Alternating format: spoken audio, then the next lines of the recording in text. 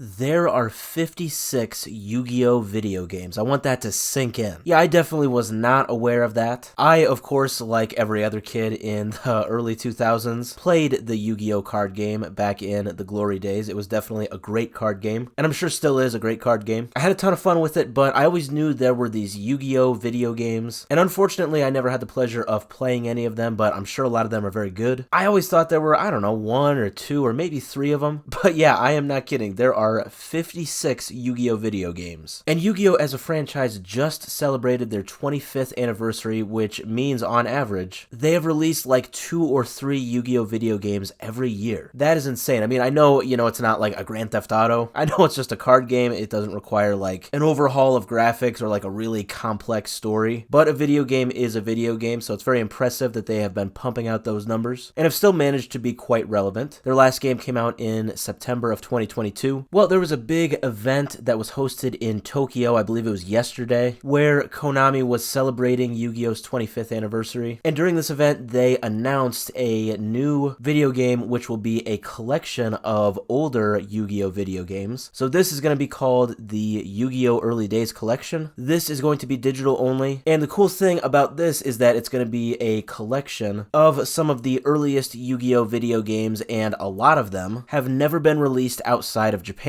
That is kind of their big selling point, so if you live in the States or in the West, and you are a big Yu-Gi-Oh fan, this is actually going to be an entirely new experience for you, even though these games are like 25 years old. Yeah, looking on Wikipedia right now, it does look like a lot of the games that were released in the 90s and the early 2000s were Japan only, and it looks like this is going to be on Steam and Nintendo Switch, so yeah, unfortunately, Xbox and PlayStation fans and mobile-only fans, yeah, we're kind of out of luck right now. Hopefully they will eventually release it on all platforms. I think they will, but who knows? Right now it's just going to be Steam and Switch. During this conference, they showed off a game from 2000 that was on the Game Boy Color only in Japan. This one is going to be a part of the collection, so this is called Yu-Gi-Oh! Duel Monsters 4 Battle of Great Duelists, and obviously, this is a whole collection. So yeah, this is just one of the many games that will be on this collection. The release date has yet to be disclosed, unfortunately, but Konami plans to unveil additional titles in the collection in the future. So obviously, a lot of people are going to anticipate what exactly these games will be. Personally, hey, I just think they should just come out and just release all 56 games in one collection. Yeah, that would be the end-all, be-all of all Yu-Gi-Oh games. And yet, I bet it would just be like 6 gigabytes or something. And kind of speaking of, I am kind of wondering how much of this will be a remaster, with the graphics, and how much of this will just be a direct port. I guess we'll have to wait and see. As the video game world continues to have a lot of different video game collections like these that feature classic titles, I'm thinking like the Final Fantasy Pixel Remaster, the Halo Master Chief Collection, and just so many other different collections that are out there. We can now add this to the list. I really think it's cool that Yu-Gi-Oh! Has managed to survive, and not only that, but just stay relevant over 25 years. As far as the card game itself, I always preferred Yu-Gi-Oh! Over Pokemon. I thought it was a lot of fun. So this upcoming collection, whenever it gets released, is definitely evidence that Yu-Gi-Oh! Continues to stay relevant and keep its fans. I wouldn't be surprised if we get this game by the end of the year, but we'll just have to wait and see.